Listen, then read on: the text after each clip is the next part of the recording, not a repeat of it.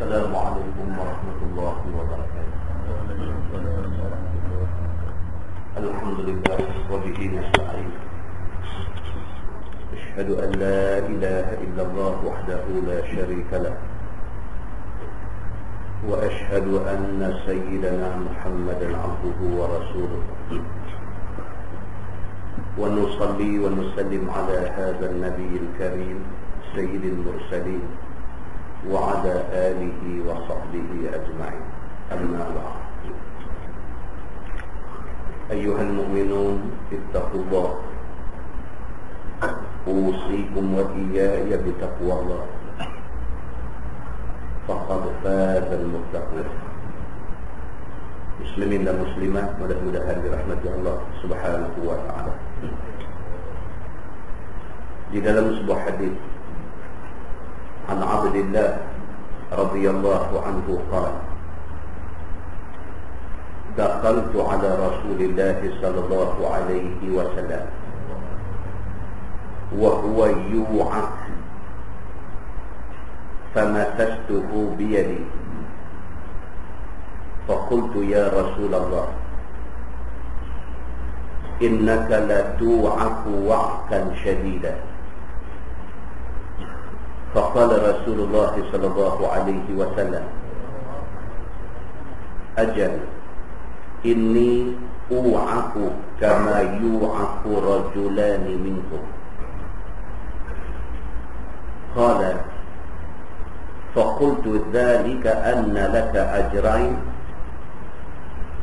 قال رسول الله صلى الله عليه وسلم أجل. ثم قال رسول الله صلى الله عليه وسلم ما من مسلم يصيبه أذى من مرض فما سواه إلا حط الله به سيئاته كما تحط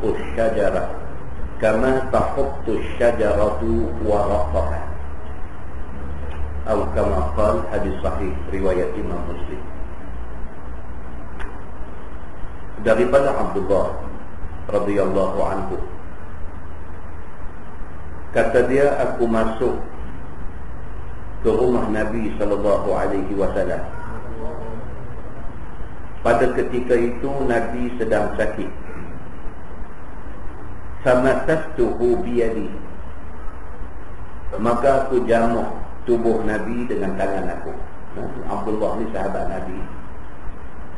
Dia cerita, kata dia pergi ziarah Nabi sallallahu alaihi wasallam. Pada masa dia ziarah Nabi itu, Nabi tengah sakit. Bila dia sampai, dia kata famasastuhu biyadi, aku raba, aku pegang, aku jamuk badan Nabi dengan tangan aku.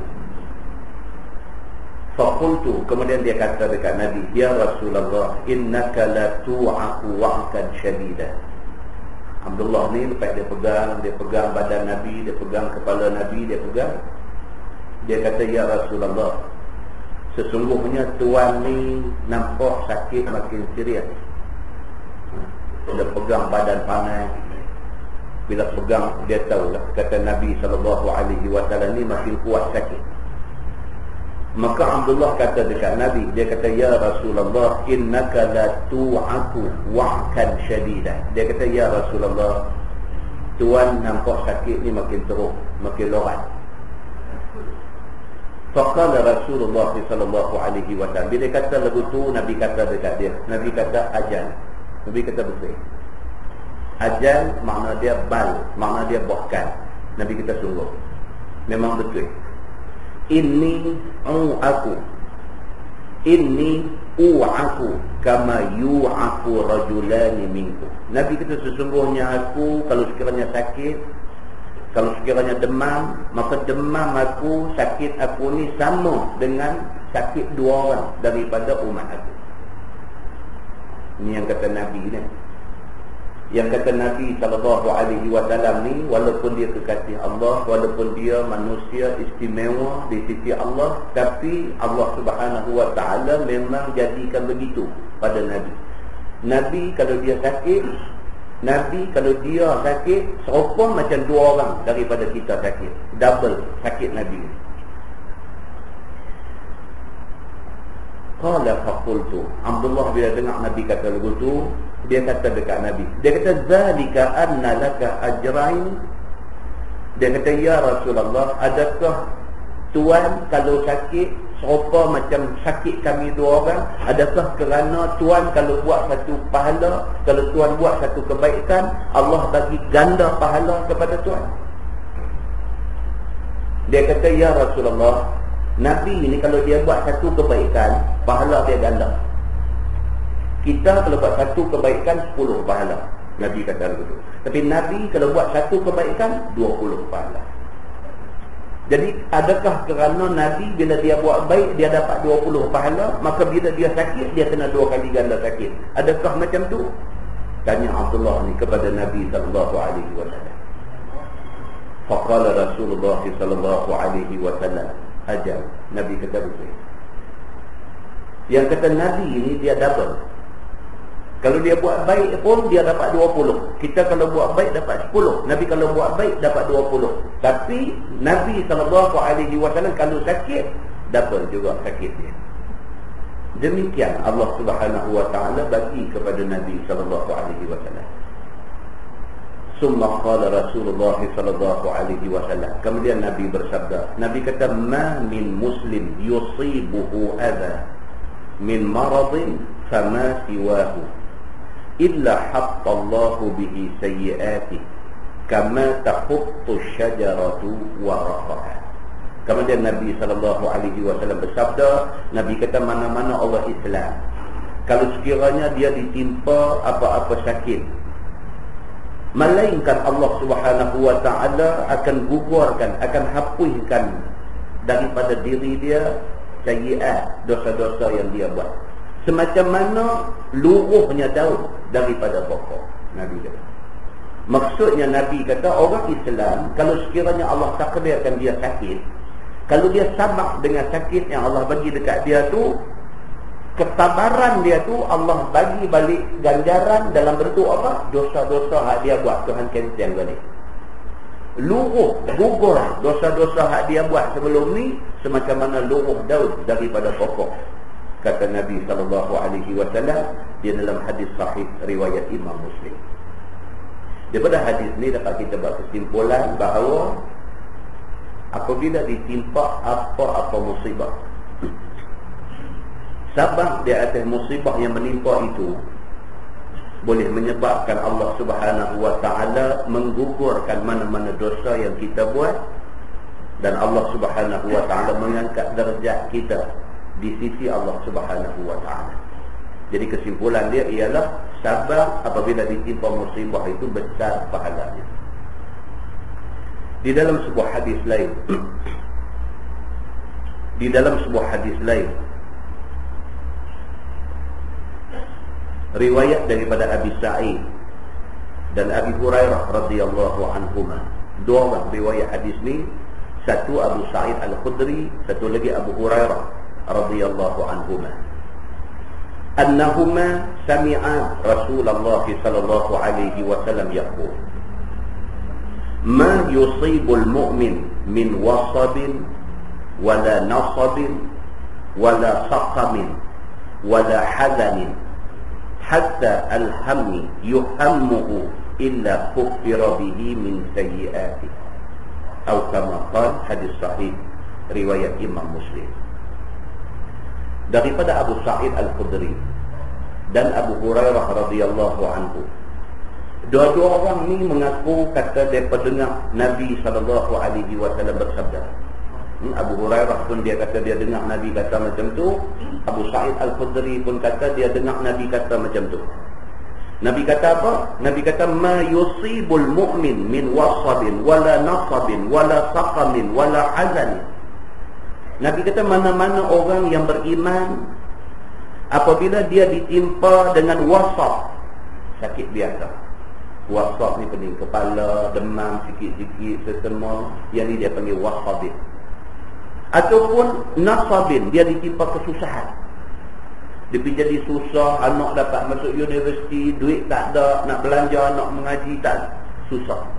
Ataupun orang yang beriman ini ditimpa kesusahan, wala saqamin, ataupun dia ditimpa sakit berat. Saqam ni biasanya sakit bawa kepada mati, sakit sungguh, sakit lorat sungguh. Wala hazanin, ataupun satu orang yang mukmin yang beriman kepada Allah itu ditimpa dengan hazan, ditimpa dengan sedih, duka cita yang teramat sangat. Illa kuffira bihi min sayyi'atihi. Kalau dia sabar, maka dikifaratkan mana-mana dosa dia yang telah lalu. Bukan sakit saja. Kalau sekiranya ditimpa susah hati, kalau sekiranya ditimpa dengan kesusahan, kalau ditimpa dengan sakit sikit ataupun sakit berat, yang pentingnya musibah yang menimpa itu dia sabar atas musibah itu. Allah Subhanahu wa taala suruh Nabi bagi tahu dekat kita semua, illa kuffira bihi min sayyi'atihi. Melainkan orang yang sabar atas musibah yang menimpa ini akan dikifaratkan, akan dihilangkan sayyi'at ataupun dosa-dosa yang dia dah buat sebelum ni. Kita mana tak ada dosa-dosa.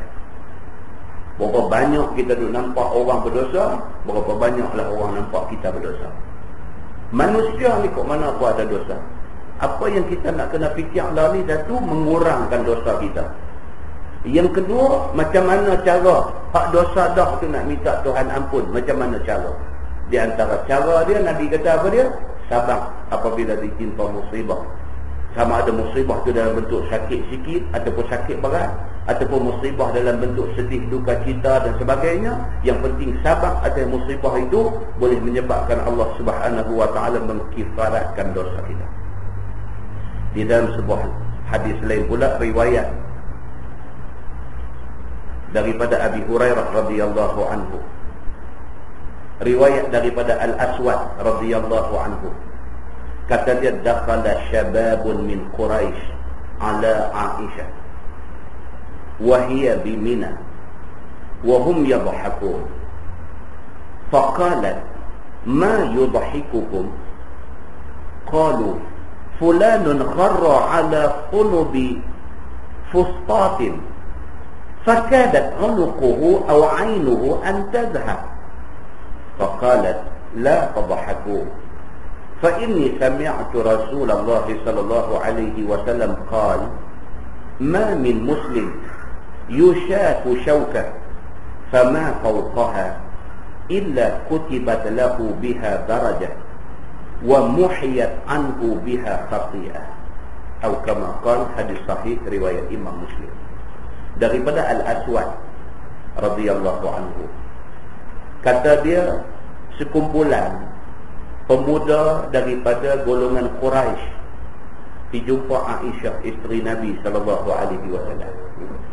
Sekumpulan budak-budak muda. Depa nak pergi jumpa Aisyah, isteri Nabi sallallahu alaihi wasallam. Ketika itu Aisyah dah ada di Mina. Depa sampai di depan Aisyah, wahum yadhhakun. Depa tengah duk gelak sama-sama depa. Sekumpulan budak-budak muda ni sampai depan Aisyah, sepakat duk gelak sama-sama depa. Faqalat, maka Aisyah kata dekat budak-budak muda hak mai duk daun gelak terah ni. Aisyah kata, ma yudhhikuhum. Aisyah kata, apa gelak apa? Apa benda yang lawak sangat ni? Apa benda yang lucu sangat ni? Apa benda yang menggelikan hati hampa sangat ni? Pakai duk gelak terah ni. Gelak pasal apa?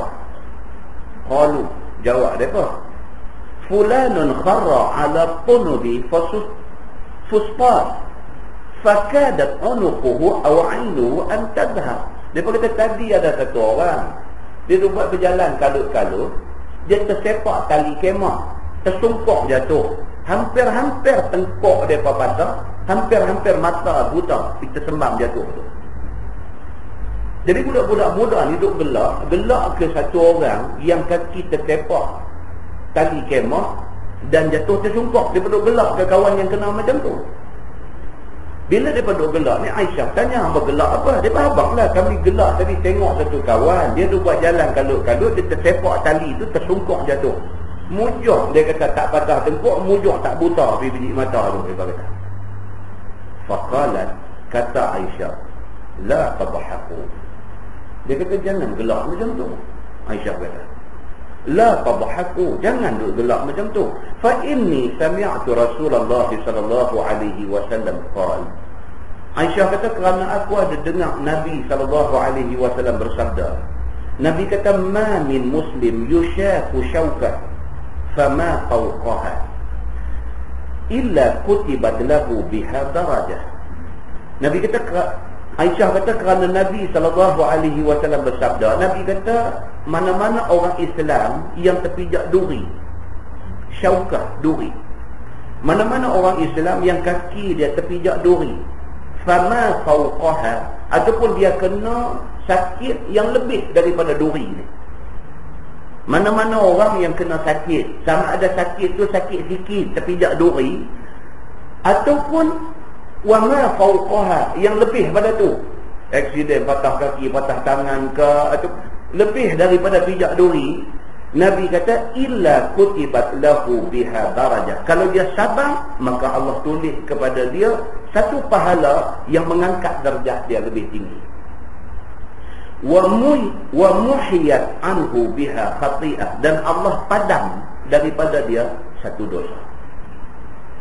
Hadis itu hadis sahih riwayat Imam Muslim. Aisyah radhiyallahu anha bila jumpa budak-budak ni duk gelak ke satu orang yang kena satu kemalangan. Aisyah tegur budak-budak ni. Aisyah kata duk gelak buat apa?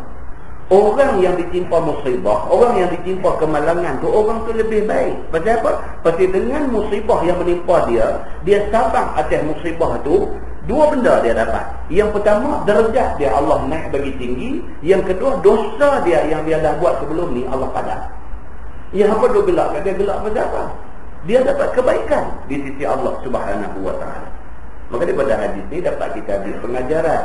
Apabila ada daripada kalangan kawan-kawan kita, daripada adik kita, jiran tetangga kita yang kena apa-apa musibah, jangan duk gelak kat dia, duk padan muka kat dia. Sebaliknya, kita kalau boleh pi ingatkan dia supaya sabar, kerana kesabaran di atas musibah itu besar pahala di sisi Allah Subhanahu wa taala. Mudah-mudahan mukadimah itu memberi manfaat kepada kita semua, insya-Allah. Kita menggunakan Bahrul Mazi jilid 19.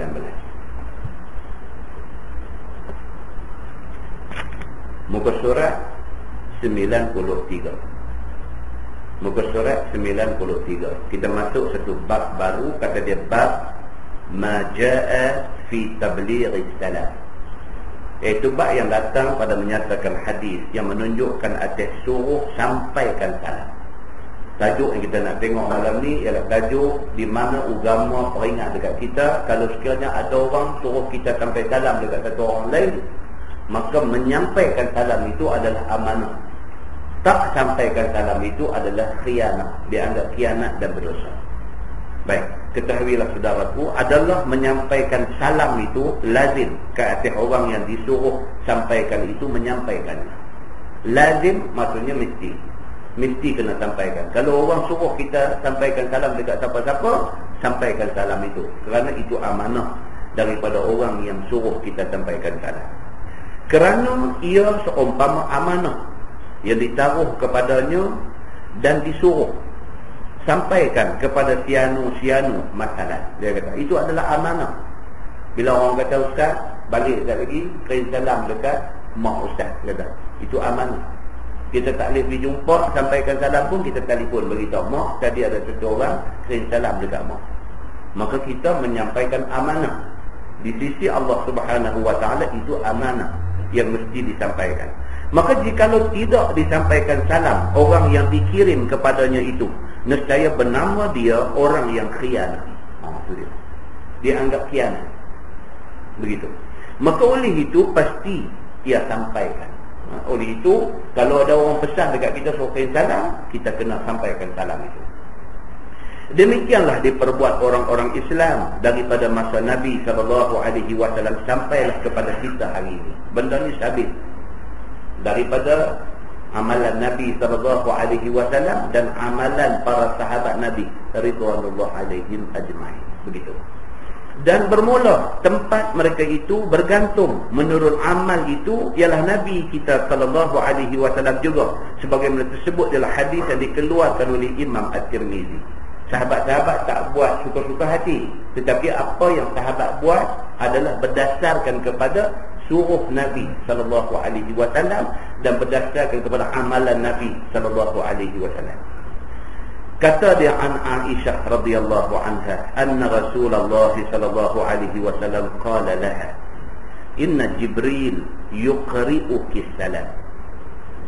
Qalat wa alaihi salam wa rahmatullah wa barakatuh. Diriwayatkan daripada Aisyah radhiyallahu anha, iaitu seorang daripada isteri Nabi sallallahu alaihi wasallam, bahwasanya Nabi sallallahu alaihi wasallam bersabda, wahai Aisyah, sesungguhnya Jibril alaihi salam mengucapkan salam kepadamu. Itu dia. Jibril mai jumpa Nabi sallallahu alaihi wasallam, Jibril kirim salam dekat Aisyah. Maka Jibril kata dekat Nabi Muhammad, sampaikan salam aku kepada Aisyah. Makna kata Sayyidatina Aisyah ni tuan-tuan, orang istimewa. Jibril sampai salam dekat dia. Jibril minta Nabi sampaikan salam kepada Aisyah radhiyallahu anha. Maka Nabi sallallahu alaihi wasallam pun lepas tu bila jumpa Aisyah, Nabi bagi tahu. Nabi kata, ya Aisyah, dia kata, wahai Aisyah, inna Jibril yuqri'uki salam. Sesungguhnya Jibril kirim salam dekat hang. Nabi kata dekat Aisyah, yakni berkirim salam kepadamu. Kata dia, assalam atas Siti Aisyah. Jibril kata macam tu. Nabi bihabak dekat Aisyah. Bila didengar oleh Aisyah akan sabda Nabi sallallahu alaihi wasallam yang demikian itu, lalu dijawabnya kira-kira maknanya begini, dan atasnya salam. Aisyah pun bila dengar kata Jibril kirim salam dekat dia, dia jawab balik, wa alaihi salam wa rahmatullah wa barakatuh. Macam kita pun kalau orang abang ustaz, hari tu jumpa satu sahabat, dia kirim salam dekat ustaz, kita jawab balik kata, alaika wa alaihi salam. Atas hang dan atas dia yang kirim salam juga, selamat. Alaika wa alaihi salam. Kalau perempuan, alaika wa alaiha salam. Kalau yang main habaq tu perempuan, alaiki wa alaihas salam. Dia tengok macam tu, ngaji apa nama grammar Arab dia tahu. Macam mana kita nak guna yang tu. Dan Aisyah jawab, dia kata alaihi wa alaihi salam, dan ke atasnya salam, dan wa rahmatullah wa barakatuh. Aisyah jawab komplit macam tu, sempurna jawapan dia. Kata Tirmizi, ini hadis hasan lagi sahih. Daripada hadis ni dapat kita faham bahawa kirim salam itu sunnah Nabi sallallahu alaihi wasallam. Bahkan Jibril pun suruh Nabi sampaikan salam kepada Aisyah radhiyallahu anha. Jadi kalau ada orang hari ni kata kirim salam ni ada pada dalam Islam, jawab dia ada. Pasal apa ada? Pasal dalam hadis ada menceritakan tentang benda ni. Baik, tajuk baru dia kata bab ma jaa fi fadli alladhi yabda'u bis salam. Itu bab yang datang pada menyatakan kelebihan orang yang mula bagi salam. Antara dua orang yang berjumpa ni, siapa yang pahala lebih di sisi Allah? Dia kata yang pahala lebih ialah orang yang mula bagi salam. Sehingga dalam hadis menceritakan kata apa? Kata Nabi, yang kata Nabi Muhammad sallallahu alaihi wasallam, Nabi Muhammad ni sahabat ni selalu tak dah nak bagi salam kat dia, kerana Nabi selalu mendahului bagi salam kepada orang lain. Sahabat ni tak dah. Ada sahabat yang saja sorok diri, bila Nabi mai dekat dia keluar, dia kata assalamualaikum ya Rasul. Dia nak bagi salam dulu dekat Nabi. Pasal apa? Pasal Nabi selalu dia dulu bagi salam dekat orang. Kita ada, kita ada timing, ada macam duk tunggu orang bagi salam kat kita. Macam buat keras tengkok, baru buat bagi tegak, lalu kita duduk tunggu apa dia ni tak bagi salam kat aku. Kita mau orang bagi salam kat kita. Nabi sallallahu alaihi wasallam, sahabat tak dan nak bagi salam kat dia, kerana Nabi dulu akan bagi salam dekat orang semua. Itu dia lah yang kata Nabi sallallahu alaihi wasallam ni macam ni. Macam ni yang kata sifat Nabi. Ketahuilah saudaraku, dia kata dia satu orang itu loba, dia kata tamak kepada keredaan Allah Subhanahu wa taala baginya. Manusia ni dia kena ada satu perasaan apa? Tamak, bukan tamak harta, bukan tamak. Tamak dari segi nak cari pahala. Dia kena ada perasaan tu, dia kata. Dan rahmat Allah Subhanahu wa taala ke atasnya. Tamak mencari rahmat Allah ke atas dia. Cari apa jalan yang Allah boleh bagi rahmat dekat dia. Kerana orang yang di dalam keredaan Tuhan itu ialah orang yang berbahagia. yang berbahagia diri dia di dunia sampailah ke akhirat. Bahagia orang yang sentiasa mencari keredaan Allah. Bahagia orang-orang itu. Dan yang tiada di dalam keredaan Tuhan itu ialah orang yang celaka sampai ke akhirat. Orang yang tak dapat redha Allah celaka sampai akhirat. Atas dunia pun celaka dia, pasal Tuhan tak redha ke dia. Sampai akhirat dia bawa kecelakaan itu. Na'udzubillah min dzalik. Bermula menuntut keredaan Allah itu tentulah dengan mengamalkan apa suruh Allah dan menjauhkan apa tegaknya. Paling baik cara nak cari keredaan Allah ialah Tuhan suruh kita buat, Tuhan larang jangan buat. Itu cara paling baik. Dan setengah daripada suruh Allah itu iaitu apabila engkau jumpa taulan engkau dan orang-orang yang menjadi kenalan engkau atau siapa-siapa saudara engkau yang Islam, sama ada kenal ataupun tidak kenal, maka kamu ucapkan salamah kepadanya. Di antara cara mudah dapat pahala dan dapat keredaan Allah, cara paling mudah apa dia? Dia kata sebarkan salam. Tak sekira kawan, tak sekira adik-beradik, tak sekira kenal, tak kenal pun kalau kita nampak dia muka orang Islam, Assalamualaikum, bagi dekat dia. Cukup cantik. Kita diredai Allah Subhanahu wa ta'ala. Macam tu. Demikianlah juga orang yang kamu ucapkan ke atasnya itu, maka suruh diucapkan salam ke atasmu juga. Kita ucapkan dia Assalamualaikum, dia akan ucap balik dekat kita Waalaikumsalam. Kita ucap selamat dekat dia, dia ucap selamat balik dekat kita. Maka itu satu benda yang cukup baik. Maka jadilah apabila jumpa satu orang Islam sama satu orang Islam yang lain, maka berucap-ucap selamat mereka itu. Kita ucap selamat dekat dia, dia ucap selamat dekat kita. Harmoni masyarakat orang Islam. Macam tu. Baik. Alangkah sukacitanya orang Islam yang demikian itu. Berasa aman, tenang, tenteram. Kalau semua orang macam tu. Kita kalau jumpa kawan kita sama seagama, jumpa dia buat beralih muka ke lain. Oh, tak syok.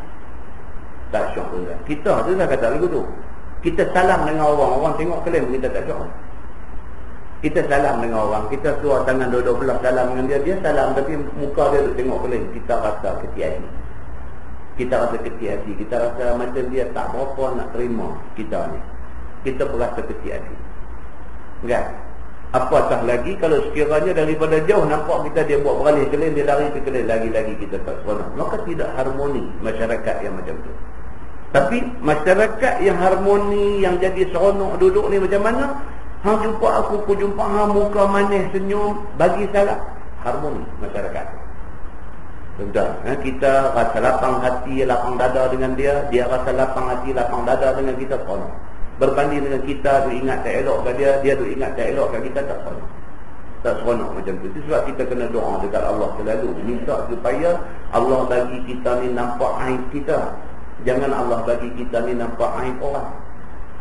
Kita ni banyak kita nampak aib orang. Kita nampak orang lagu tu, lagu ni tak kena, tang tu tak kena, tang ni dia ni awak lagu tu, awak lagu ni.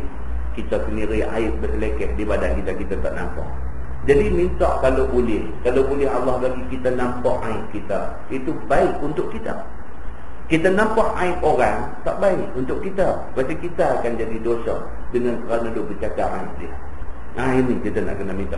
Kerana sama-sama tinggal di dalam keredaan Tuhan. Bila masing-masing jumpa, Assalamualaikum, Waalaikumsalam, Assalamualaikum, Waalaikumsalam warahmatullahi. Macam tu dia duduk dengar, seronok duduk dalam masyarakat yang macam tu. Dan kita lebih-lebih lagi, orang yang memulai mengucapkan saudaranya dengan salam itu, maka dialah yang lebih mustahab lagi. Orang tak mula bagi salam tu, pahala lagi besar. Bermula dalil yang menunjukkan atas yang demikian adalah hadis yang dikeluarkan oleh Imam At-Tirmizi. Kata dia, an Abi Umamah radhiyallahu anhu qala, qila ya Rasulullah, ar-rajulani yaltaqiyan ayyuhuma yabda'u bis-salam. Qala Nabi sallallahu alaihi wasallam, awlahuma billah.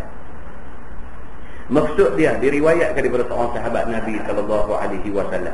Nama dia Abu Umamah Al-Bahili radhiyallahu anhu. Ini kita dah baca dah hadis tentang Abu Umamah ni. Dia pernah sekali mai jumpa Nabi, kemudian dengar nasihat macam-macam daripada Nabi. Lepas tu Nabi pun bagi beberapa nasihat dekat dia. Lepas tu setahun dia tak jumpa Nabi, pasal dia pergi keluar daripada Madinah. Lepas setahun dia balik depan Nabi. Mai depan, dia tanya Nabi. Dia kata, ya Rasulullah, tak kenal ke saya? Nabi tak kenal dia. Dia tanya, ya Rasulullah, tak perasan ke saya siapa? Nabi tak ingat. Dia kata, Anal Bahili. Dia kata, saya Al-Bahili. Maksudnya Abu Umamah Al-Bahili. Anal Bahili. Saya Al-Bahili. Oh, baru Nabi ingat. Kemudian Nabi terus tanya dia. Nabi kata, pasal apa hang jadi macam ni? Dia jadi kurus, kering, cengkung, biji-biji mata semua. Nabi tanya dia, pasal apa hang jadi macam ni?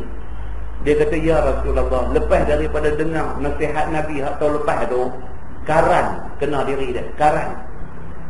Dia jadi satu orang yang beribadat sampai tak peduli dunia. Dia jadi satu orang yang mencari keredaan Allah sesungguh-sungguhnya. Dia jadi sampai macam tu, sampai cengkung diri dia, punya kuat beribadat kepada Allah Subhanahu wa ta'ala. Nabi dengar-dengar macam tu, Nabi golek kepala. Nabi kata, jangan siksa diri kamu macam tu. Nabi kata, jangan kamu siksa diri kamu macam tu. Pasal apa? Pasal Nabi pun kuat ibadat. Tapi tak jadi sampai macam dia. Sampai tak peduli ke dunia. Ibadat sampai jadi nampak macam menyeksa diri. Maka ditegur oleh Nabi SAW.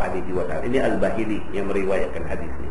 Kata dia, dikata orang bagi Nabi SAW. Yakni bertanya orang. Bertanya ia, ya Rasulullah, dua orang laki-laki yang Islam, lalu kedua-duanya sama-sama berjumpa di mana-mana tempat. Siapa daripada keduanya memberi salam lebih dulu? Satu orang mai jumpa Nabi, dia kata, ya Rasulullah, kalau dua orang jumpa, siapa nak bagi salam dulu? Bila didengar oleh Nabi SAW akan pertanyaan itu, maka dijawab Nabi dengan segera. Kata Nabi, siapa yang menuntut rahmat Allah dan keredaan Allah, dialah yang lebih mustahak dengan rahmat Allah. Maka ialah yang mula bagi salam. Nabi kata, bila dua orang jumpa, siapa yang mau pahala lebih, dia mau bagi salam dulu. Nabi kata, jangan duk tunggu kata dia ni budak muda, dia kena bagi kat kita orang tua. Tengok dia ni sama lagu tu. Nabi kata, siapa mau pahala lebih, dia bagi dulu. Tak usah kira hang orang tua, tak usah kira hang budak-budak, tak usah kira hang orang berjalan, tak usah kira hang orang duduk, tak usah kira hang naik kereta, tak usah kira dia ni duduk tepi jalan, tak usah kira yang tu semua. Kira siapa mau pahala lebih, dia mau bagi salam dulu. Walaupun ada hadis yang Nabi SAW bagi tahu aturan dia. Aturan dia apa? Nabi kata, orang yang naik kenderaan bagi salam kepada orang yang berjalan. Orang yang berjalan bagi salam kepada orang yang duduk. Macam tu Nabi bagi aturan. Tapi siapa mau pahala lebih, dia mau bagi salam dulu. Nabi kata begitu.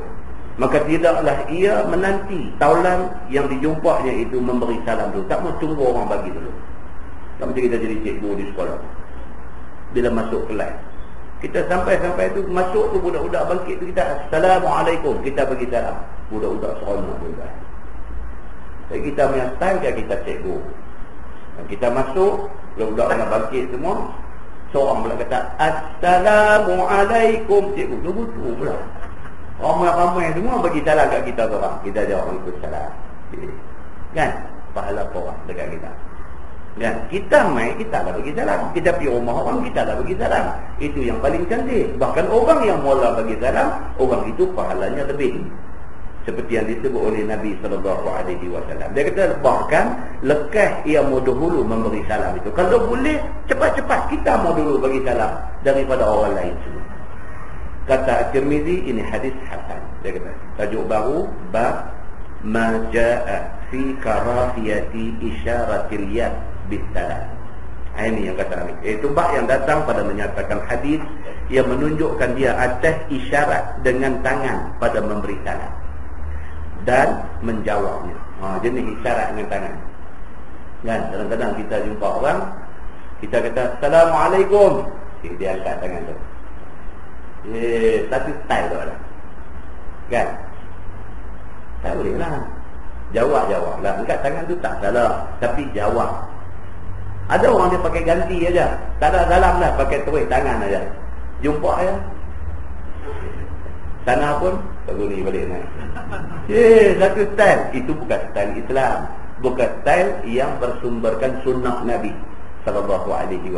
Angkat tangan itu tidak salah, tetapi menggantikan angkat tangan dengan bagi salam itu ada yang tak kena. Pasal apa? Pasal Nabi tidak ajar begitu. Baik, cuba kita tengok apa dia nak kata. Ketahuilah saudaraku, sesungguhnya agama Islam itu sangat cemburu akan orang-orang yang memeluknya, menyerupai perbuatan lain daripada agama Islam. Dia kata Islam betul-betul jealous, cemburu, tak suka tengok orang Islam suka hidup buat kelaku macam orang bukan Islam. Cemburu.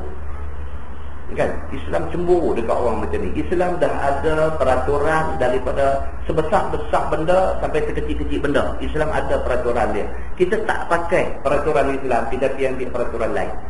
Islam cemburu benda ni. Allah tak suka macam ni. Allah dah bagi aturan cantik dah daripada sebesar-besar benda. Cara nak merintah negeri dia ada dalam Islam macam mana.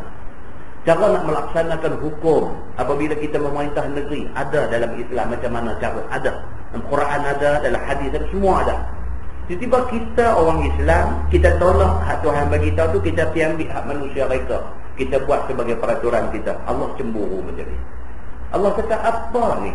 Hang mengucap asyhadu an la ilaha illallah wa asyhadu anna Muhammadar Rasulullah. Hang mengucap benda ni, tiba-tiba hak Allah punya bagi, hang tak mau pakai. Allah buat main undang-undang, tolak pergi ke tepi. Hampi cari hak bukan-bukan, hak orang putih punya, ambil main buat laksana dalam negeri. Maka cemburu Allah kepada orang yang bersikap macam ni. Tetapi zaman kita lah ni, zaman dia kata makin menjadi mundur Islam itu. Tapi zaman kita lah ni, dia jadi lagu tu. Di Islam ni jadi mundur, jadi tertinggal ke belakang. Pasal apa? Pasal orang Islam sendiri, dia rasa bila dia pegang kepada ajaran Islam, dia berasa komat. Ini jadi kepada masyarakat hari ini. Dia kena apa? Dia panggil sindrom hina diri. Dia kena penyakit tu. Dia berasa kalau dia ni beramal dengan cara Islam, dia berasa macam komat. Dia berasa macam hina, dia berasa macam lekeh, dia berasa macam orang pandang dia rendah. Dia berasa macam tu. Walhal kalau sekiranya dia pegang betul dengan Islam, dia tinggi. Itu ni macam kita kata di Iran. Kan? Nak kata dia Syiah, dia nak kata dia apa itu dia punya hak. Tapi setidak-tidaknya dia mengucap asyhadu an la ilaha illallah wa asyhadu anna Muhammadar Rasulullah. Dia mengucap kata tak ada Tuhan melainkan Allah. Dia mengucap kata Nabi Muhammad itu pesuruh Allah. Kan? Dengan dia yang bersikap macam tu, berpegang dengan macam tu punya pegangan, dengan apa yang dia tunjuk Allah ni, satu dunia diam-diam hormat dekatnya. Presiden dia pergi negeri mana pun, mana dunia pun, presiden dia pergi, dia bercakap apa yang Islam kata. Dia tak peduli dekat siapa, dia tak heran dekat siapa, dia tak berasa hina apa-apa, dia tak rasa apa-apa. Dia rasa, dia pegang dengan apa yang Allah suruh, dia rasa dia mulia. Betul, Allah bagi kemuliaan kepada dia. Muslimin dan muslimat yang dirahmati Allah. Tidak ambil bicara ataupun tidak ambil berat di atas kecemburuan agama Islam itu. Umat Islam hari ini dia tak kisah. Dia buat suka hati dia. Dia tak kira benda ni jadi lagu mana, Islam cemburu ke tak ke, Allah cemburu ke tak ke, dia tak kira. Dia nak buat lagu cara dia. Dengan kerana itu, beberapa banyak hukum dan undang-undang dan pertunjukan Islam yang telah ditinggalkan. Itu dia. Dengan kerana itu tinggal habis. Tinggal habis. Hukum Islam semua tinggal habis. Taruh dalam muzium habis. Tak pakai hukum Islam ni. Walaupun hari-hari duk baca Quran, hari-hari duk jumpa ayat-ayat tu dalam Quran, tapi tak pakai. Maka tidak diamalkan dengan sebab benci menyerupai akan perbuatan kafir. Sama ada pada kehidupan dunia ataupun amal akhirat. Padahalnya agama kita sangat menyerupai orang-orang kafir itu. Sampai hari ini kita ni nampak serupa dengan orang kafir. Sampai nampak lagu tu. Nampak kita ni orang kafir lebih kurang aja. Sampai jadi macam tu. Dia kita punya teruknya kita. Bermula dalil yang menunjukkan atas yang demikian adalah hadis yang dikeluarkan oleh Imam At-Tirmidzi.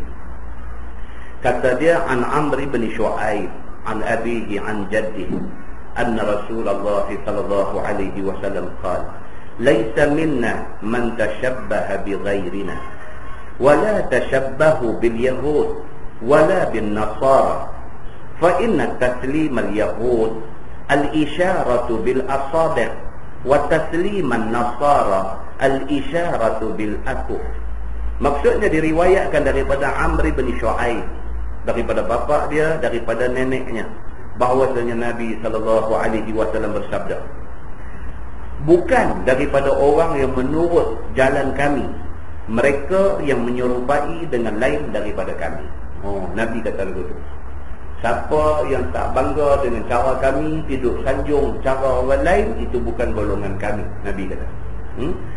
Jangan menyerupai sekalian kamu dengan perbuatan orang Yahudi, dan juga jangan menyerupai sekalian kamu dengan perbuatan orang Nasrani.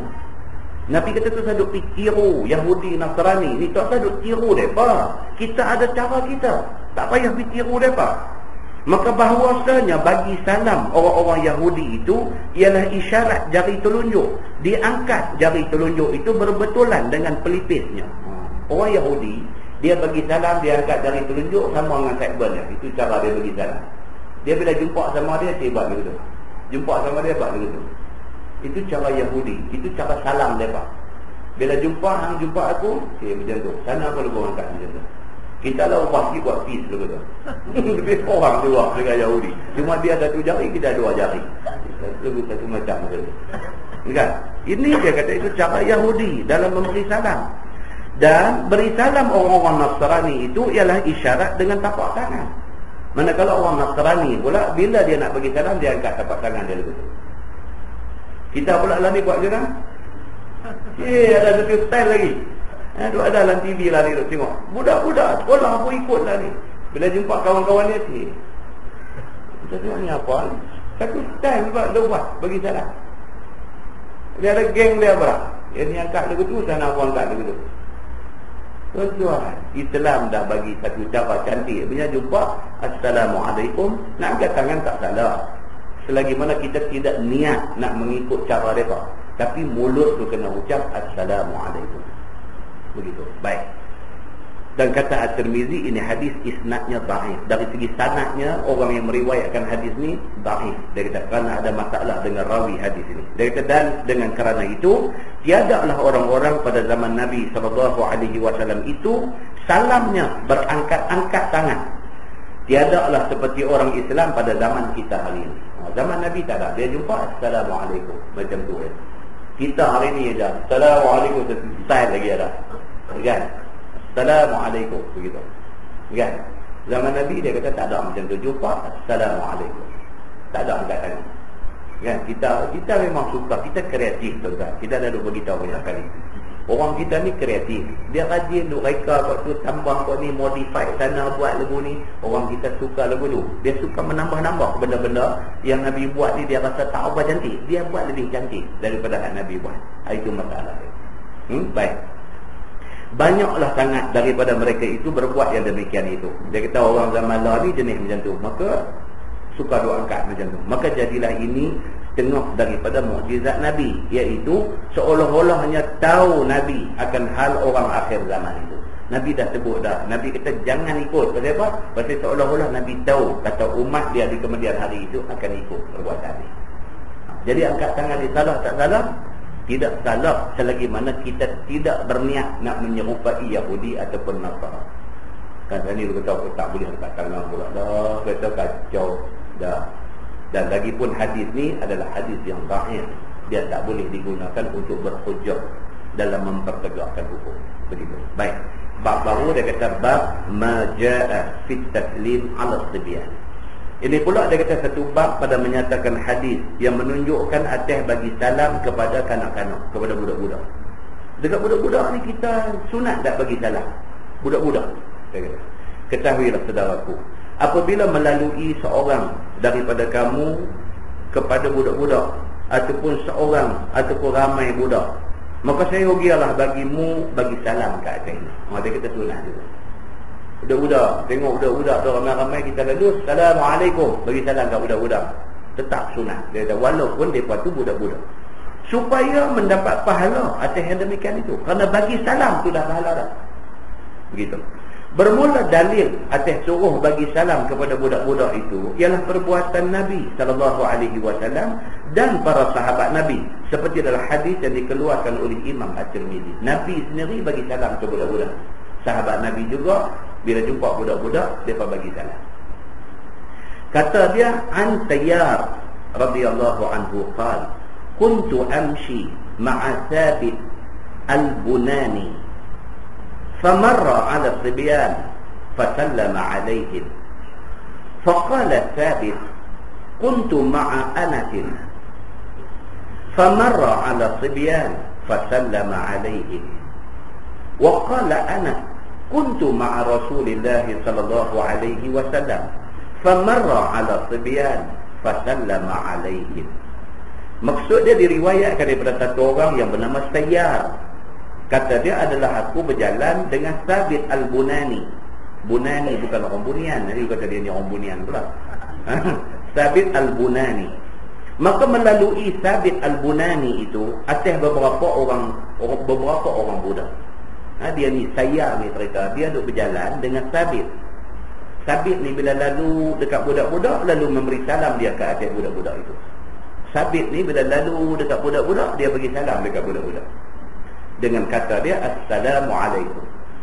Kemudian berkata Thabit, adalah aku pernah bersama-sama berjalan dengan satu orang sahabat Nabi sallallahu alaihi wasallam, nama dia Anas bin Malik radhiyallahu anhu.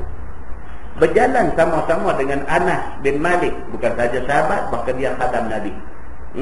Maka melalui dia atas beberapa orang budak, maka lalu memberi salam dia di atas mereka itu. Dia ni Thabit ni kata dia pernah jalan dengan Anas. Anas ni bukan saja sahabat Nabi, dia khadam Nabi. Anas ni bila lalu dekat budak-budak, Anas bagi salam dekat budak-budak. Dan berkata pula Anas, adalah aku pernah berjalan bersama dengan Nabi sallallahu alaihi wasallam.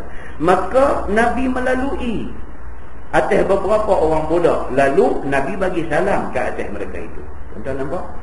Nabi bila lalu depan budak-budak, Nabi bagi salam. Anas ada dengan Nabi. Anas pun lepas tu, dia bila lalu dekat budak-budak, dia bagi salam kat budak-budak. Sama dengan Anas, dia pula ada satu tabi'in. Dia pula duduk jalan dengan Anas, dia tengok Anas bila jumpa budak-budak, bagi salam kat budak. Dia pula bila jumpa budak-budak, dia bagi salam kat budak-budak. Demikian amalan daripada Nabi, sahabat ikut, sahabat tabi'in ikut. Dia macam tu. Kesimpulan dia apa dia? Bagi salam kepada budak-budak itu sunnah Nabi sallallahu alaihi wasallam. Ketahuilah, dia kata, bermula ini hadis sahih, dia kata. Masalah bagi salam kepada budak-budak. Kata Imam Nawawi rahimahullahu ta'ala di dalam syarah Muslim. Maka pada hadis dan masalah itu menunjukkan atas sunat bagi salam ke atas budak-budak yang mumayyiz. Mumayyiz maksudnya budak yang boleh bezakan baik dengan buruk, baik dengan coklat. Dia boleh beza. Dia mumayyiz. Kita buh dekat dia coklat satu piring, buh kat dia taik sepiring. Tengok dia ambil apa. Kalau dia ambil coklat bagi taik dia tak mau, budak ni sudah mumayyiz. Dia ceriklah. Kita ambil apa nama satu benda kalau merah buh situ, kita ambil api buh situ. Tengok dia ambil apa. Dia ambil benda merah, dia tak mau mudaratkan ni. Kita bagi api, dia tak mau. Dia sudah mumayyiz. Mumayyiz maksudnya boleh membezakan benda baik, benda buruk. Kalau budak tu didapati sudah mumayyiz, sunat kita bagi salam dekat dia. Walaupun dia belum baligh, tapi dia sudah cerdik, budak cerdik, begitu. Dan berhabis-habis memberi salam bagi orang-orang semuanya. Sunat kita bagi salam kepada siapa pun orang Islam, begitu. Maka telah muwafaqah, telah sepakat ulama atas sunnah memberi salam pada budak-budak itu. Ulama semua sepakat. Budak-budak kalau kita jumpa, kita sunat bagi salam ke dia. Maka jikalau bagi salam seseorang atas beberapa orang laki-laki dan budak-budak, maka dijawab salamnya oleh satu budak daripada mereka itu, adakah gugur fardu kifayah menjawab daripada sekalian laki-laki itu? Jawab dia kata padanya dua wajah bagi ashab kita, iaitu gugur dia. Kalau orang tua-tua duduk dengan budak-budak sekali, ada 7 orang itu, 5 orang tua-tua, 2 budak-budak. Kita lalu, kita bagi salam, Assalamualaikum. Budak ni jawab, Waalaikumsalam. Budak ni jawab, gugur habis dosa semua orang tu. Pasal apa? Pasal budak ni jawab, dia boleh menggugurkan dosa orang tua-tua yang tak jawab. Maknanya dalam Islam, budak pun diterima juga dalam hal ini. Baik, dia kata, maka seumpamanya perselisihan pada sembahyang jenazah. Ni juga dia kata tadi bab bagi salam itu bab ringan. Ada bab yang berat sikit, dia kata bab sembahyang mayat. Dalam bab sembahyang mayat, dia kata adakah gugur fardu dengan sembahyang kanak-kanak? Kalau ada mayat, nak sembahyang mayat ni, Tak tua ni tua saja, tak arti sembahyang mayat. Misalannya macam tu. Budak-budak ada 7 orang, tapi budak-budak mengaji sekolah tahfiz mana agak. Tapi budak-budak umur baru 7 tahun, 8 tahun macam tu. Maka budak-budak ni sembahyangkan mayat ni, mayat orang mati ni. Budak sembahyang. Gugur tak fardu kifayah ni? Dia kata bermula yang sahnya gugur dia. Terima sembahyang mayat. Kalau sekiranya sembahyang mayat itu dilakukan oleh budak-budak yang sudah mumayyiz, walaupun belum balik lagi. Bila kata budak-budak ni tak balik lah. Tak balik lagi. Dia kata saya umur dah 36 tapi saya tak balik lagi. Ni bukan tak balik, hang balok lihat. Ada ke pula? Okay. Ada lagu tu. Baik. Dan telah dia kata dinaskan oleh Imam Asy-Syafi'i atasnya. Dalam mazhab Syafi'i, Imam Syafi'i berpendirian macam tu. Budak-budak sembahyangkan mayat satu orang yang mati, maka sembahyang mayat itu valid. Dia kata sah sembahyang mayat itu. Walaupun budak yang sembahyangkan sah sembahyang mayat itu dan gugur dosa ke atas orang-orang dewasa yang tak erti sembahyang mayat. Begitu. Baik. Masalah dia kata beri salam budak-budak adakah wajib jawab? Tadi kita nak bagi salam sunat tak sunat? Sunat. Lah budak-budak mai bagi salam kat kita. Kita wajib jawab ke tak? Kata Imam Nawawi rahimahullahu taala di dalam Syarah Muslim. Dan jikalau memberi salam budak-budak ke atas satu orang laki-laki, maksudnya orang dewasa, nescaya lazim ke atas laki-laki itu jawab salamnya. Dan inilah yang betul, yang muwafaqah atasnya oleh jumhur ulama. Kena jawab. Budak-budak main bagi salam dekat kita, kita wajib kena jawab. Benda ni diputuskan oleh jumhur ulama, oleh majoriti ulama. Dan kata setengahnya daripada ashab kita tiada wajib ia. Maka itu adalah dhaif ataupun salah. Apa yang kata budak-budak bagi salam tak wajib jawab, itu salah. Dia kata budak bagi salam pun kita wajib jawab. Budak tuan apa tak ada dosa. Apa tu? I'lan apa? Aiman apa dia? Aiman tak kisah. Dia kata kan, dia pacar apa, dia pacar tak kisahnya. Dia apa pun tak kisahnya. Orang tua-tua sakit hati kang kat aku, iri hati kang kat aku, nak berjatuh aku, Aiman tak kisah. Kan dia tak kisah. Dia tak ada yang ni semua dia tak ada. Budak-budak dia tak ada hati busuk tuan. Hati dia bersih. Orang putih kata innocent. Innocent ni kira tak ada dosa. Budak-budak ni bahagia kalau kita ni boleh terus budak-budak sampai ketua. Kan? Sampai tua tapi budak-budak. Kan? Tak berdosa kita. Innocent kita ni. Tapi tak boleh lah pasal kita akan jadi tua. Dia lagu tu. Kan? Baik. Tajuk baru dia kata bab majaa fit taslim 'ala nisa. Ini satu tajuk penting. Bab yang datang pada menyatakan hadis yang menunjukkan suruh bagi salam kepada orang perempuan. Banyak orang tanya kadang-kadang kan, boleh tak boleh kita orang lelaki bagi salam ke orang perempuan? Kalau boleh, pasal apa boleh? Kalau tak boleh, pasal apa tak boleh? Kan? Kita nak tengok apa cerita dalam agama tentang orang lelaki bagi salam ke orang perempuan ni. Ketahuilah saudaraku, bagi salam itu disuruh syarak kita amalkan dia. Itu dari segi asasnya macam tu. Disuruh salam ni disebarkan tak sekira apa. Cuma kita tak disuruh bagi salam ke orang kafir aja. Lain pada tu sebarkan salam.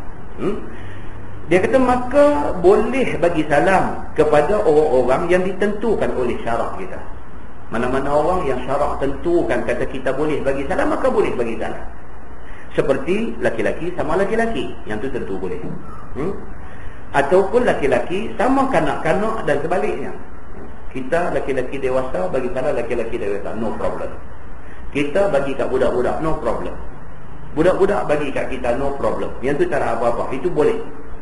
Adapun memberi salam laki-laki ke atas orang perempuan, dia kata, dan memberi salam perempuan ke atas laki-laki, maka iaitu ada khilaf ulama padanya. Kalau laki-laki pergi bagi salam ke orang perempuan pergi bagi salam ke orang laki-laki, ini ada sikit perbahasan ulama padanya. Pasal apa? Kadang-kadang dia ada udang apa? Dia ada udang balik ni. Dia kata lah ni kan, alih-alih ni ada udang banyak. Kan? Patut tu orang kata, apa kata rupanya ada udang. Kadang-kadang dia jadi lagu tu. Maka kerana tu ulama dia ada sikit perbincangan tentang benda ni. Kan macam dia tak mau buka ruang pintu jadi ni semua dia tak mau. Syarak dia nak elak benda-benda ni. Seperti yang diterangkan di dalam masalah yang akan datang ini. Bermula dalil bagi orang yang mengharuskan laki-laki bagi salam kepada perempuan adalah hadis yang dikeluarkan oleh Imam At-Tirmizi.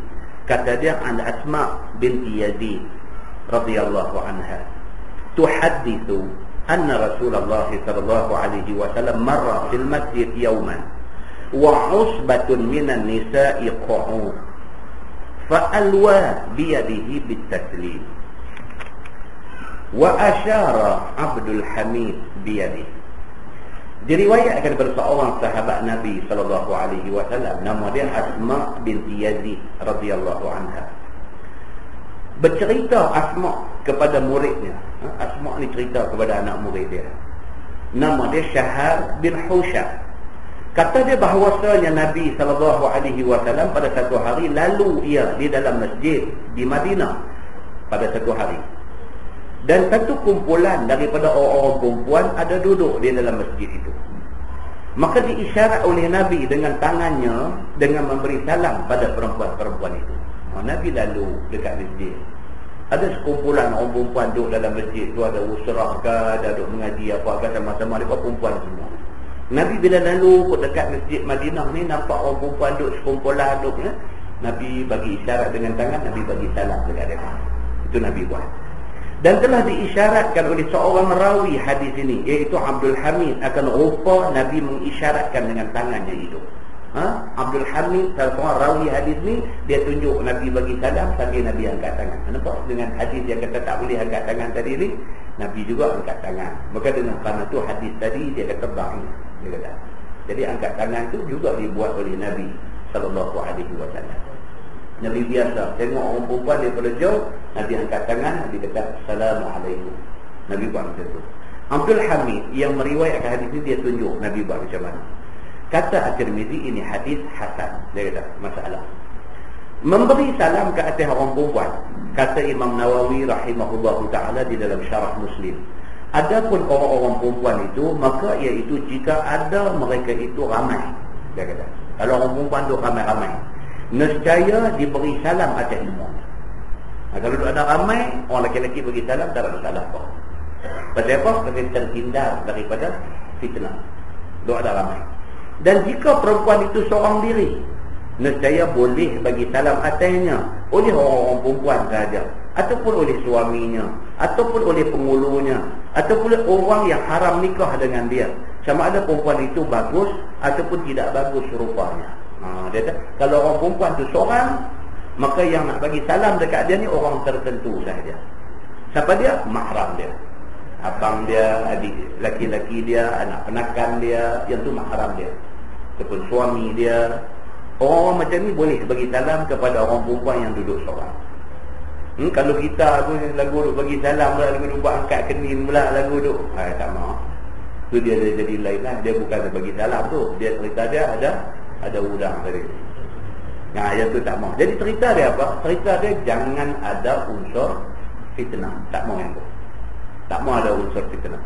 Dan ada pun jikalau perempuan itu boleh nikah dengan dia, orang perempuan yang halal nikah dengan orang jantan ni, maka ada padanya tafsil, dia ada detail perbahasan. Sekiranya perempuan itu orang tua yang tak ada keinginan kahwin lagi, nescaya sunat bagi seseorang itu bagi salam pada dia. Kalau tua, bangka, sampai tak ada apa dah, nafsu pun tak ada dah, kan? Orang lelaki-lelaki nak bagi salam pada dia, bagilah 10 kali pun tak ada apa-apa. Tapi susah juga kita nak cakap. Pasal baru ni dalam surah abang kan? Umur 100 berapa kan? 104 umur perempuan, bukan lelaki-lelaki. Umur perempuan, kan? Dia menikah lagi dengan lelaki-lelaki umur berapa muda? 34, kan? Terkejut juga kita pun, kan? Ni apa cerita ni kan? Perempuan umur 104, laki-laki umur 34. Alhamdulillah, selamat diijab kabulkan. Kan dia jadi macam tu. Jadi kalau sekiranya dia kata orang perempuan tu masih ada keinginan terhadap laki-laki dan sebagainya, dia kata maka masih ada pintu-pintu fitnah itu masih ada. Maka elakkan daripada bagi salam ke dia. Dan sunat bagi perempuan tua seperti yang tersebut itu memberi salam kepada lelaki-lelaki. Perempuan tua ni pun kalau dia dah tak ada keinginan apa pun tak ada, dia nak beri salam kat siapa pun bagilah, tak kisah apa. Dia kata dan siapa-siapa daripada orang laki-laki yang memberi salam kepada perempuan tua, tak ada masalah, boleh. Ataupun perempuan tua bagi salam kepada laki-laki, nescaya wajib menjawab salam kepada yang memberi salam itu. Kalau ni dalam kes orang perempuan ni dah tak ada nafsu apa lah, tak ada keinginan apa, tak ada timbul apa-apa masalah dengan dia. Adapun jikalau perempuan itu orang muda ataupun perempuan tua yang masih ada keinginan kepada laki-laki, nescaya tidak boleh diberi salam atasnya oleh laki-laki yang ajnabi. Dia kata kalau kes perempuan muda, dia kata elakkan kalau sekiranya boleh membawa kepada fitnah. Dalam suasana yang tak ada fitnah, tak ada apalah. Kita duduk kerja sama satu pejabat, masuk jumpa, kita bagi salam, itu tak ada masalah apa. Dalam pejabat orang tu ada ramai apa. Ini dia maksudkan di sini tempat-tempat yang boleh membawa fitnah. Jumpa perempuan ni pergi pasar malam, duduk berjalan balik seorang-seorang pukul 9.30, pukul 10 malam, kita lagu naik motor buat bagi pelan kat tepi tu lagu tak mau. Jadi yang tahu keadaan tu fitnah ataupun tidak, kita tahulah niat hati kita macam mana. Itu ceritanya. Dan tidak pula harus perempuan itu bagi salam kepada laki-laki yang ajnabi. Dan siapa daripada keduanya itu memberi salam, nescaya tiada mustahak jawab dan makruh pula menjawabnya. Dia kata kalau bagi juga salam pun tak disuruh, tak diwajibkan kita jawab. Lebih-lebih lagi kalau dia main, dia bagi salam kat perempuan ni, Assalamualaikum, tak jawab, berdosa. Ini nampak lain macam. Yang ni dia bukan satu macam, nampak tiga macam. Ini kan orang tu kata nampak satu macam, bukan satu macam. Yang ni dia boleh jadi tiga macam. Nampak tiga macam, itu betul. Sama-sama. Yang ni tak sama. Dan inilah hukum mazhab kita Syafi'i dan mazhab jumhur. Dan telah berkata Rabi'ah, tiada harus sekalian laki-laki bagi salam kepada orang perempuan. Ada sebahagian sahabat yang syadid, yang strict, yang ketat, dia kata tak boleh. Pasal apa? Dia takut tak jadi fitnah. Dan tiada harus perempuan bagi salam ke atas laki-laki, maka perkataan itu salah, dia kata. Dan berkata apa tu?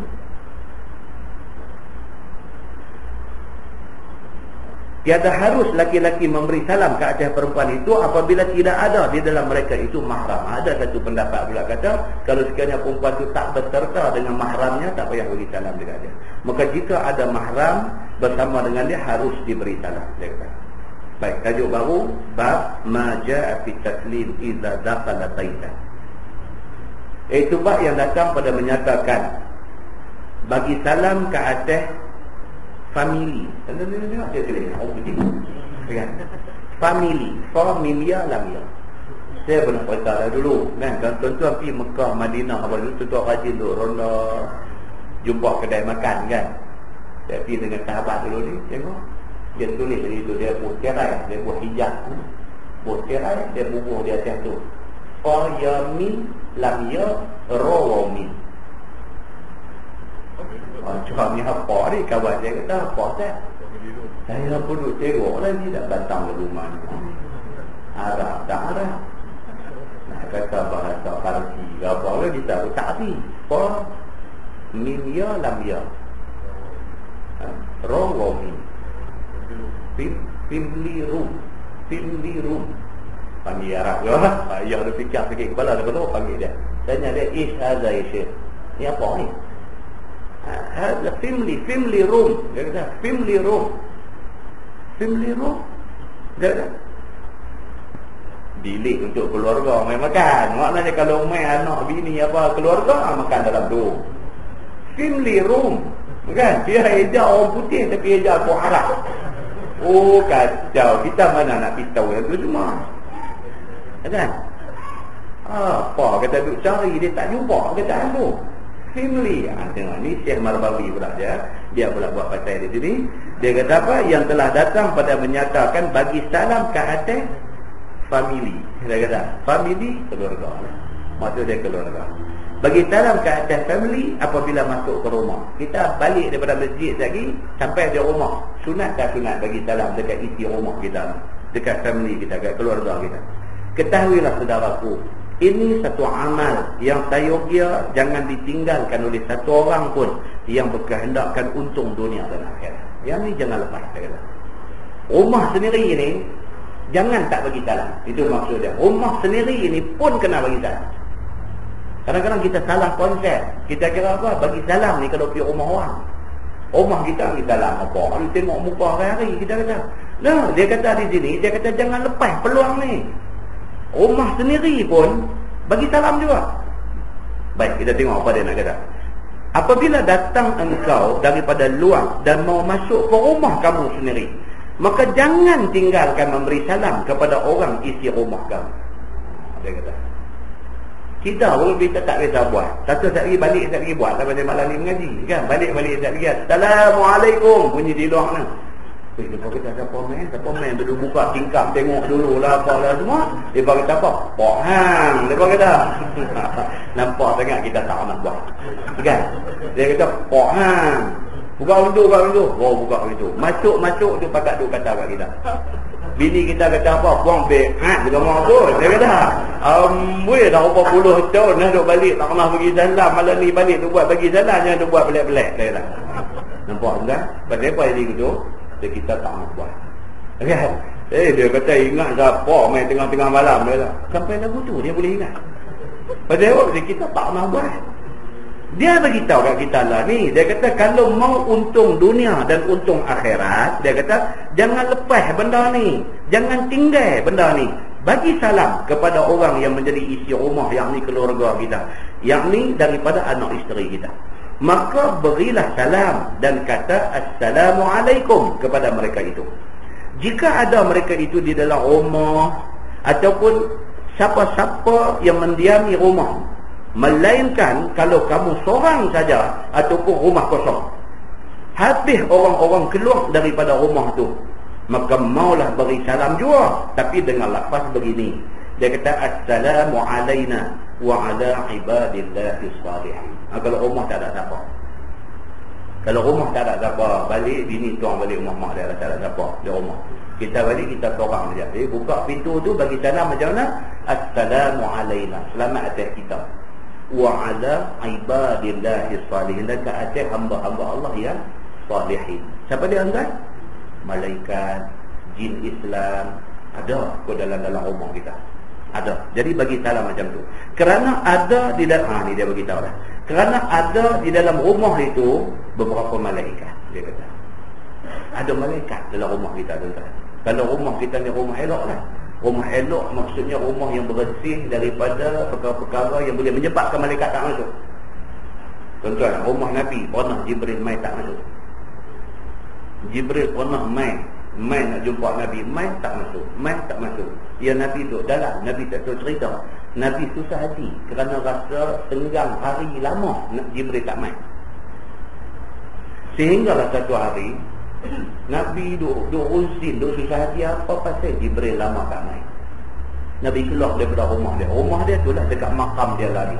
Kita pergi Masjid Nabawi itu, makam Rasulullah itu rumah Nabi.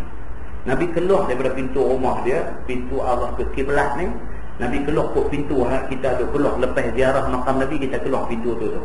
Pintu tu dipanggil Babu Jibril. Pintu Jibril dia panggil.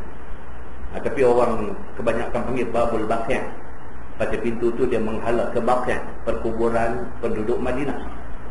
Tapi dalam hadis pintu tu dia panggil Bab Jibril. Dia panggil pintu Jibril. Ambil sempena peristiwa ni. Nabi duk tunggu banyak hari, Jibril tak main. Nabi susah hati. Nabi keluar daripada rumah dia, daripada pintu menghala ke arah kiblat ni. Nabi keluar ke pintu tu, keluar. Jibril duk ada tepi pintu. Nabi tanya Jibril, apa pasal lama tak turun? Jibril kata apa? Aku tak boleh masuk dalam rumah yang ada anjing. Dalam hadis ada. Tuan-tuan boleh tengok dalam Sahih Bukhari, Sahih Muslim ada cerita begini. Jibril kata aku tak masuk dalam rumah yang ada anjing. Rupanya tanpa pengetahuan Nabi, ada seekor anak anjing masuk main duduk bawah tangkil dalam rumah Nabi. Nabi tak sedar.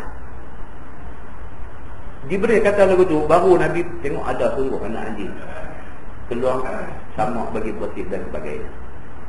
Maka ambil sempena Jibril mai tak masuk, duduk tunggu dekat pintu tu. Pintu tu dipanggil Bab Jibril. Pintu Jibril dia panggil. Ini cerita dia. Ini. Jadi rumah yang ada benda-benda macam ni, malaikat tak masuk lah. Malaikat rahmat tak masuk. Ataupun ada patung. Dalam rumah kita ada patung. Kita orang yang gemar melancong. cuti, pergi Medan, pergi Bali, pergi mana apa semua, beli patung-patung Indonesia punya patung apa, ambil bubuh dalam lemari lah apa, kita jadi lagu tu.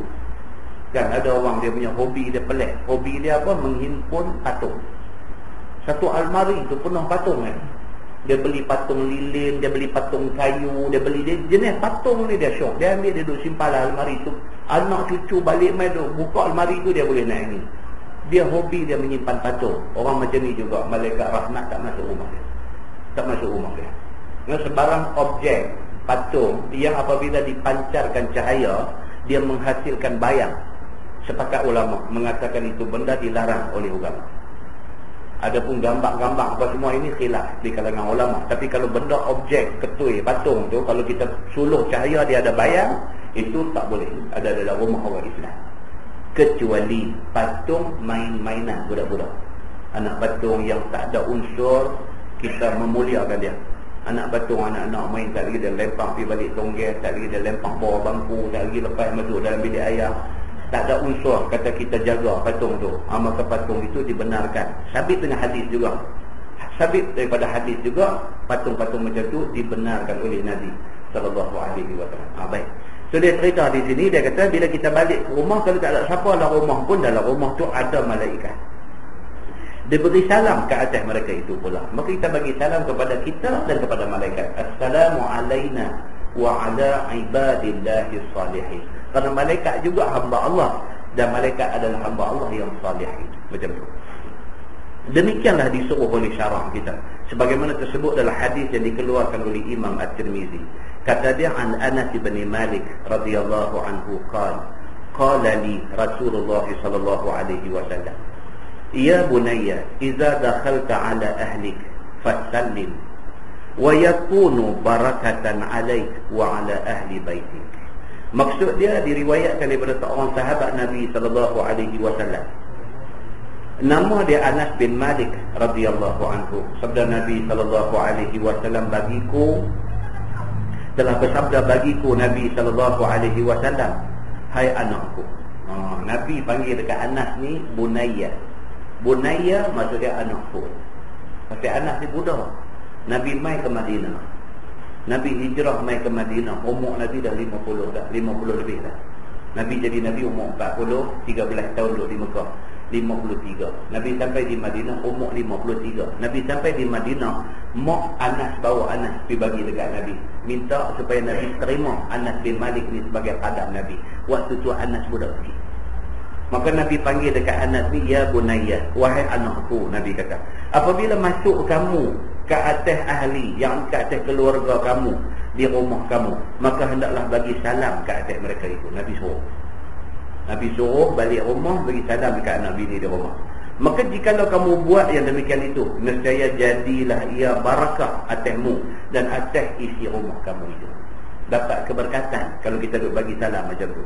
Kata At-Tirmizi, ini hadis hasan.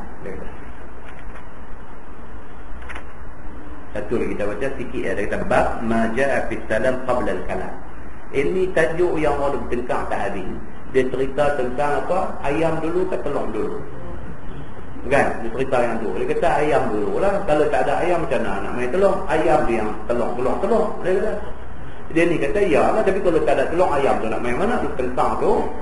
Sampai pagi itu, sampai malam itu, sampai pagi itu, sampai malam itu tak habis. Sama lah dengan bab ni.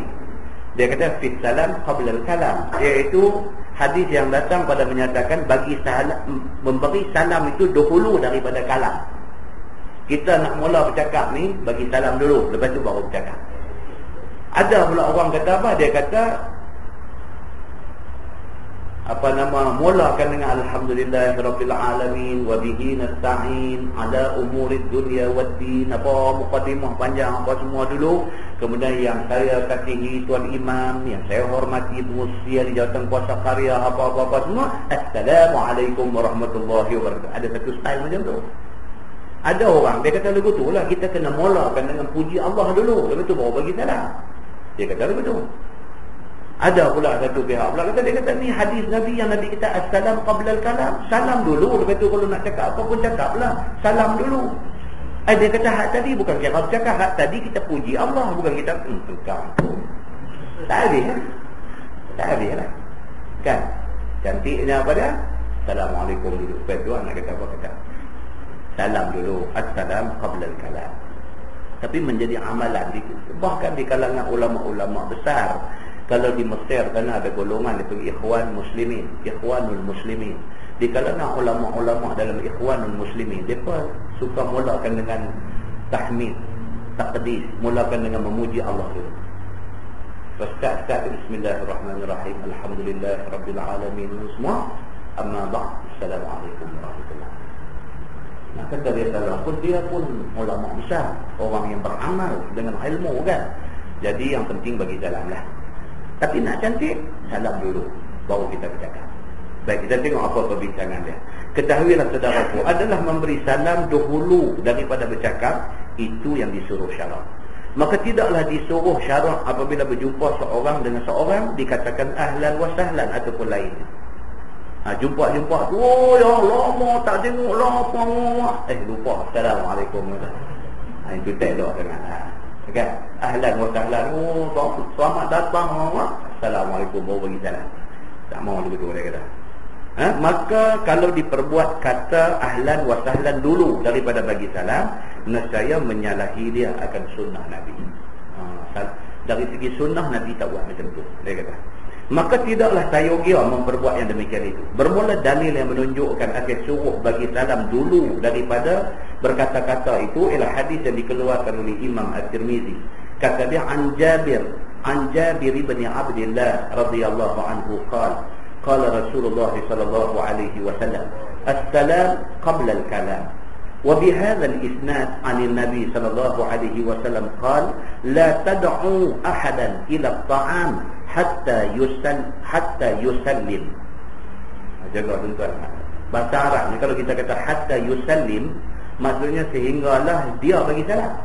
Kalau kita baca hatta yusallam, maksud orang bagi salam kepada dia. Baris itu aja. Kalau yusallim, baris bawah dia bagi salam. Kalau yusallam, orang bagi salam kepada dia.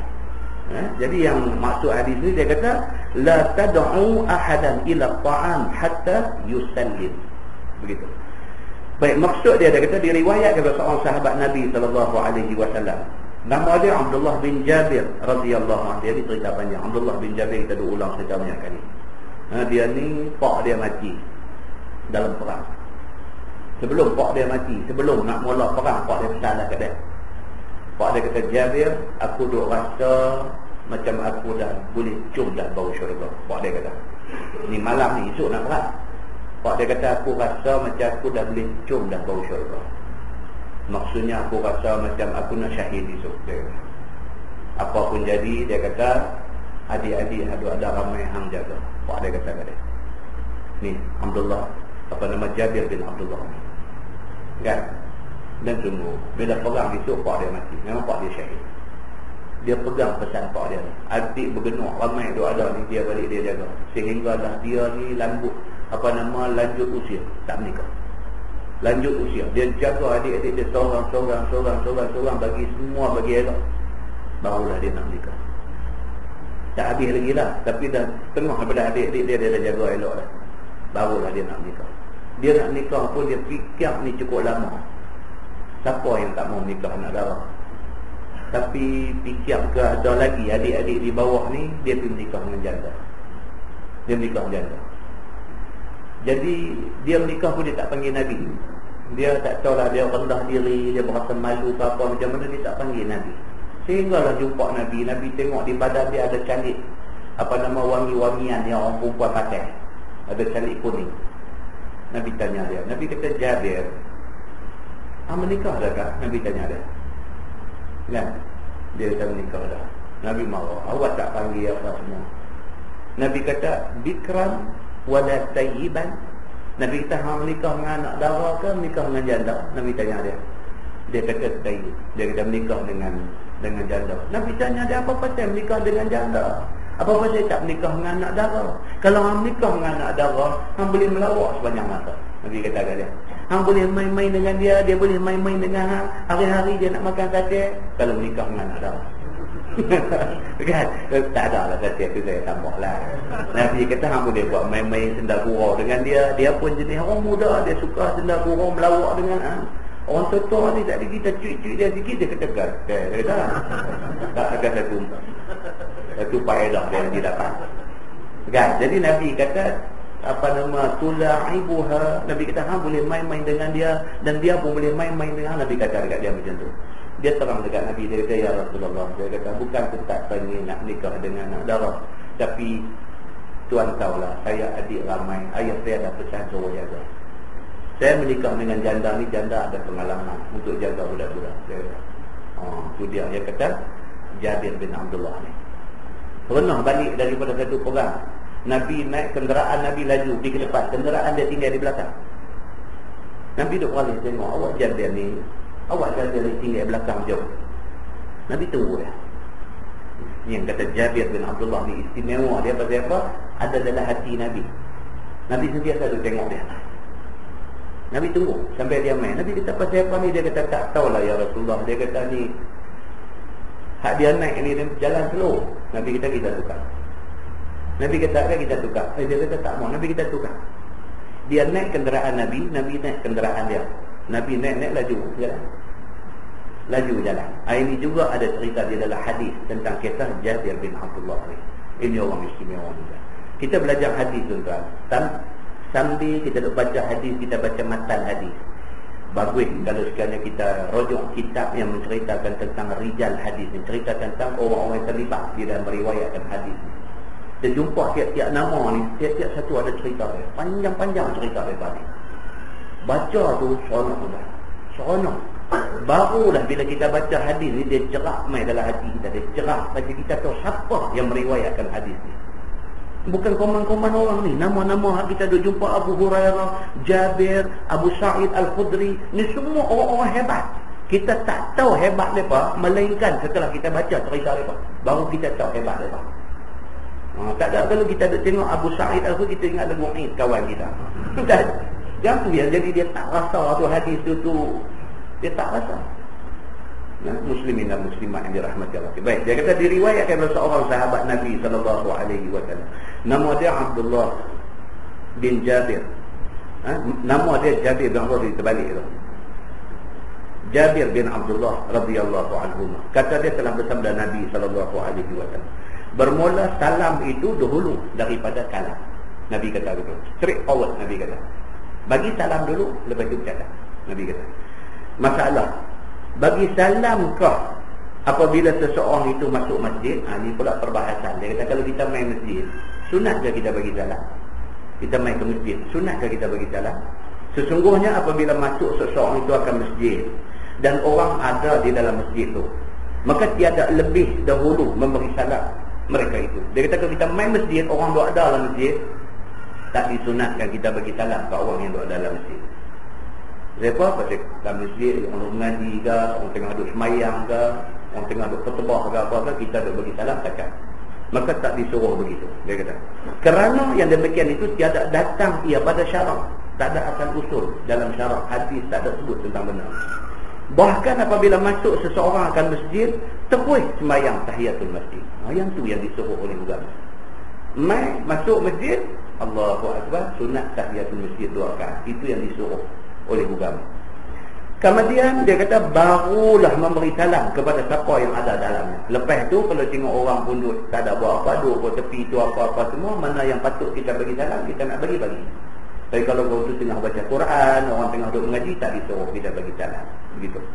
Kerana mula-mula yang sayogia diperbuat apabila masuk masjid ialah membesarkan tuan yang empunya masjid, rumah Allah itu.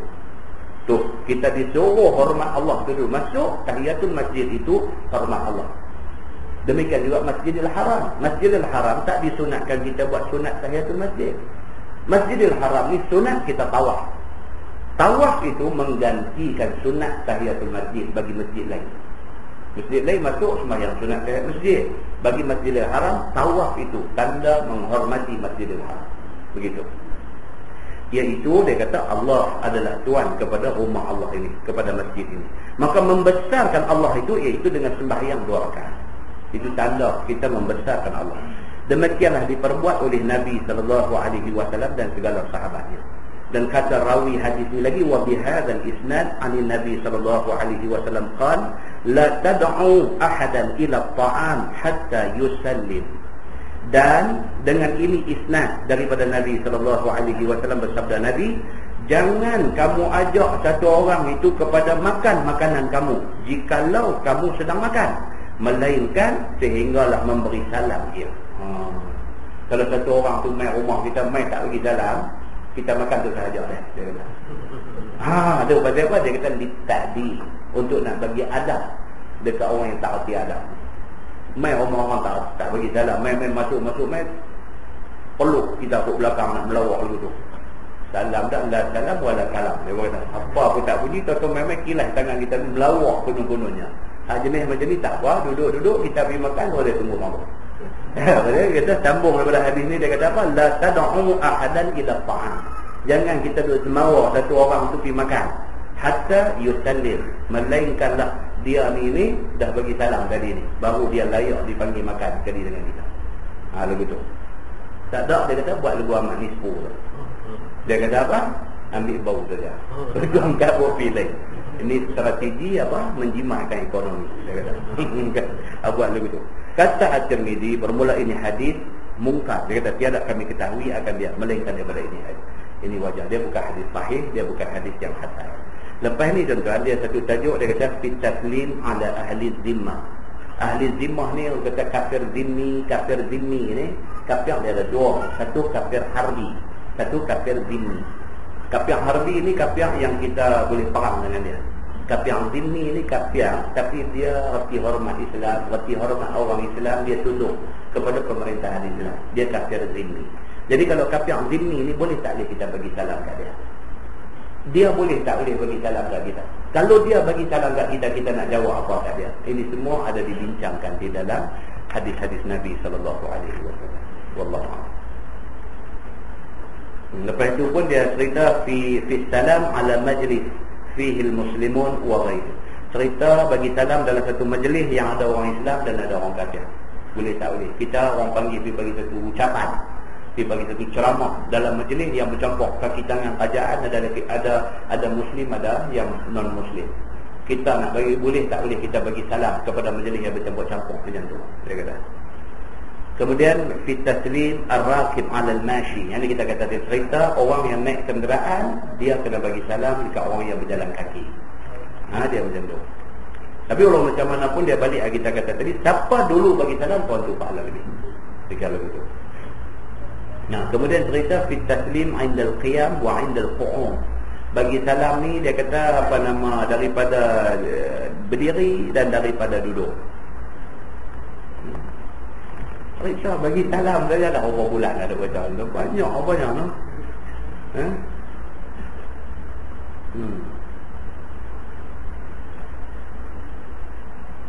Itu dia mai lagi cerita fil istizan, cerita pasal minta izin depan pintu rumah. Tak boleh duduk tengah batu pergi minta izin lah. Tengah batu, pula pergi rumah ni, tak boleh. Mai sampai depan rumah baru Assalamualaikum a'adkhul. Assalamualaikum, bolehkah saya masuk? Nak minta izin masuk tu mesti depan pintu rumah. Itu adab-adab yang ditunjuk oleh ulama. Wallahu a'lam. InsyaAllah bulan depan kita sambung lagi.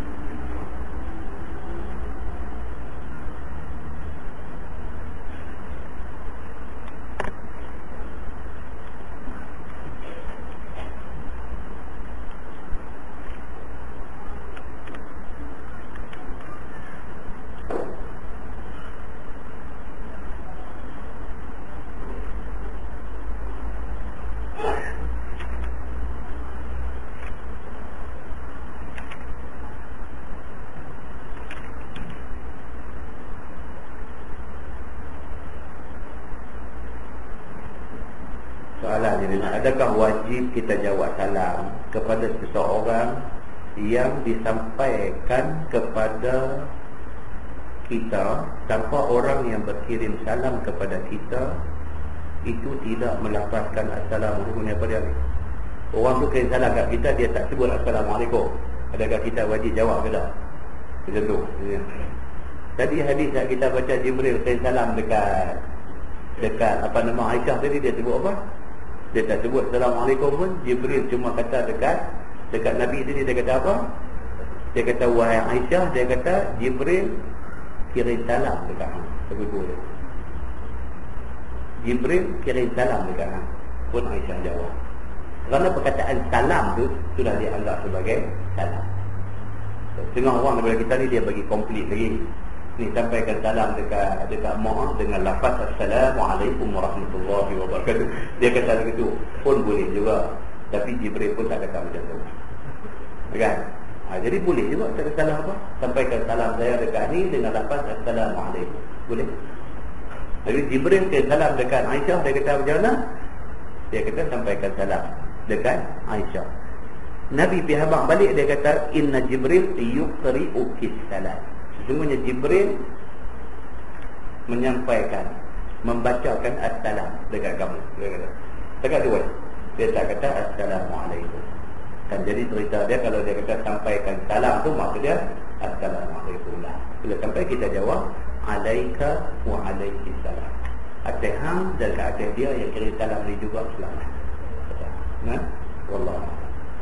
Yang baik itu daripada Allah, yang tak baik itu silap. Kita tanggung dengan tasbih kafarah dan surah surah.